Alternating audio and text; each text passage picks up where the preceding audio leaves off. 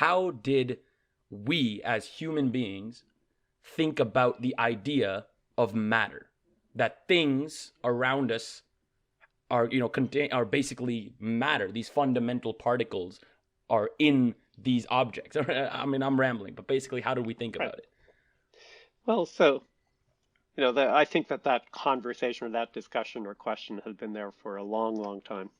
The probably as early as uh, the Homo sapien became actually conscious of sort of the world around them and trying to and start asking questions. There is a sort of a change in level of consciousness that occurred, probably 50 to 100,000 years ago. That moved the species from where it was to where it is today. But the earliest sort of recorded discussions around what matter was really go back to the Greeks.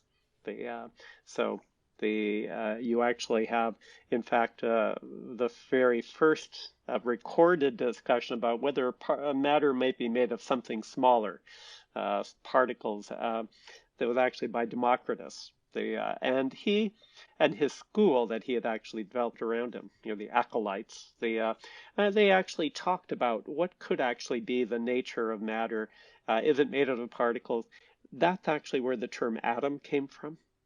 But it was simply a philosophical conversation, in the sense that they didn't really know what that actually really led to. They didn't have a good sense of how large these particles might be, and there was no way of really validating that particular idea.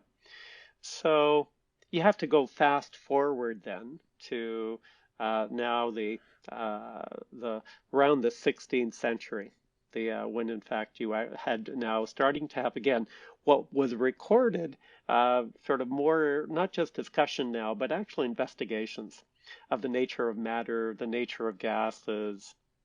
Thermodynamics developed, what we learned about, the way ideal gases work.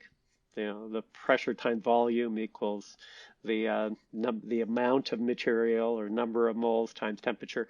That those actually all started to develop, and with that then developed this sort of an idea that at a microscopic level, one actually had the idea of particles, which was in fact controversial and was controversial already even into the 19th century. There were people who actually disagreed with the idea of atoms really being sort of fundamental, and a fundamental description. Uh, the But by the turn of the 20th century, there were in fact a couple of different, very specific models for what matter might actually be made up of. That atoms existed. That was starting to become a thing, within the people sort of the thinking about how the world worked. But there were still a lot of uncertainty as to what exactly atoms looked like. So it was the experiments by Lord Rutherford back around 1909, which, the famous experiment where he took alpha particles, didn't know what Mm-hmm. alpha particles were, but they were a form of radiation, plowed them into the gold foil, and watched how they bounced off. And occasionally they bounced off at very high angle, which actually led to the hypothesis that the atom had a very hard core, we now call a nucleus, and then surrounding it, the other particles that eventually were quickly identified as electrons.